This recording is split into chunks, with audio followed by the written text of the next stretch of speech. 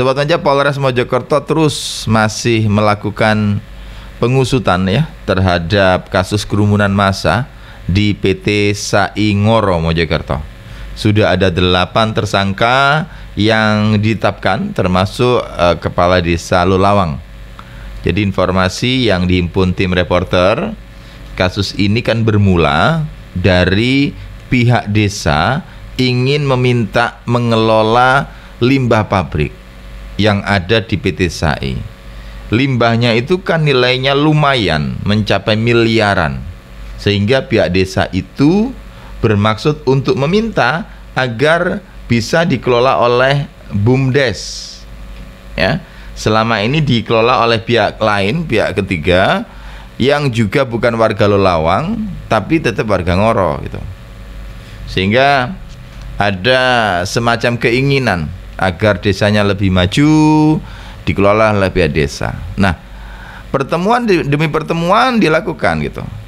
Pihak perusahaan siap untuk memberikan dengan kesepakatan ya. Karena untuk pengelolaan limbah, apakah itu B3, limbah perusahaan, ada aturan main dari perusahaan yang harus dipatuhi juga oleh pihak pengelola gitu. Sudah dilakukan pertemuan, kesepakatan, dan akhirnya ada unjuk rasa beberapa kali untuk menuju itu gitu kan. Nah, suatu saat ketika sudah ada kesepakatan dengan syarat-syarat tertentu, pihak desa itu merasa kesepakatannya kok nggak dijalankan oleh pihak perusahaan gitu. Akhirnya unjuk rasa yang kesekian kalinya dengan mengerahkan massa warga ke pintu gerbang PT SAI dan sempat diwarnai blokade pintu gerbang.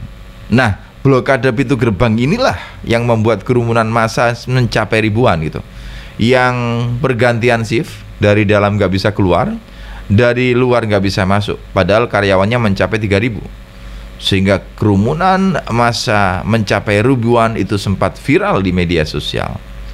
Pihak kepolisian turun tangan melakukan penyelidikan dan akhirnya menemukan beberapa keterangan dan saksi, dan sudah menetapkan 7 orang tersangka.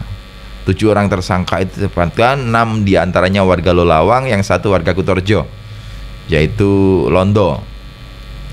Nah, ketika dikembangkan lagi ternyata diduga digerakkan oleh Kades gitu, sehingga Kades dijadikan tersangka.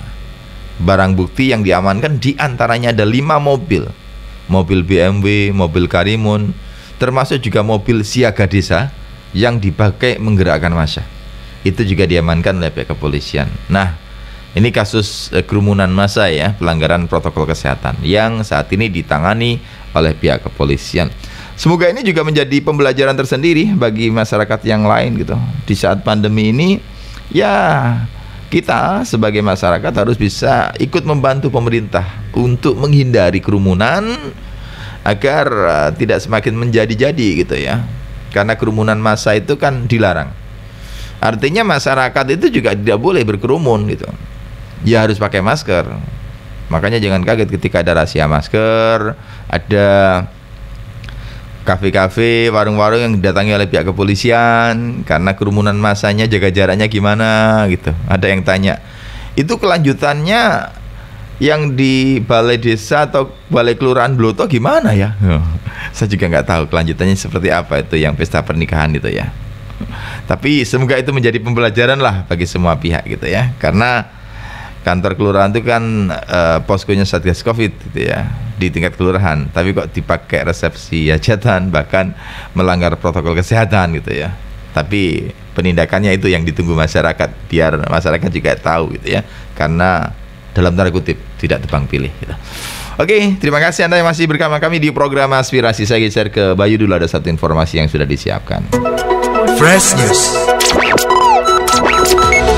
Ika Puspitasari, Wali Kota Mojokerto, mengatakan dalam hal penanganan banjir di kota memang sangat tergantung dari daerah sekitar, khususnya dengan wilayah kabupaten yang menjadi tetangga dekat.